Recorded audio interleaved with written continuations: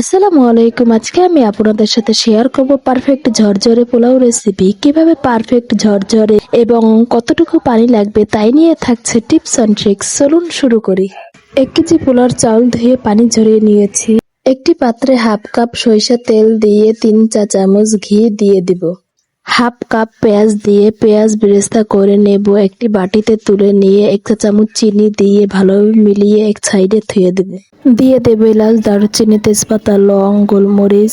একটু নেড়ে চেড়ে পোলাও চাল দিয়ে একটু ভেজে নিব। দিয়ে দেব 1 চা চামচ আদা বাটা দিয়ে ভালোভাবে নেড়ে চেড়ে পোলাও চালগুলো ভেজে নিব। দিয়ে দিব পানি। 1 কেজি চাউলের জন্য 15-2 লিটার পানি নিয়েছি। দিয়ে দেব 7-8টি কাঁচামরিচ। দিয়ে দেব স্বাদ মতো লবণ, 2 চা চামচ ঘি, 1 কাপ দুধ, অল্প একটু গোলাপ জল, অল্প একটু কেওড়া জল দিয়ে ভালোভাবে নেড়ে চেড়ে একটু পানি টেনে গেলে 15 মিনিট দমে রেখে দেব। দেখুন তো কত সুন্দর ঝরঝরে পোলাও হয়েছে। ভালো লাগলে প্লিজ লাইক, কমেন্ট, শেয়ার করবেন। Thank you for watching video.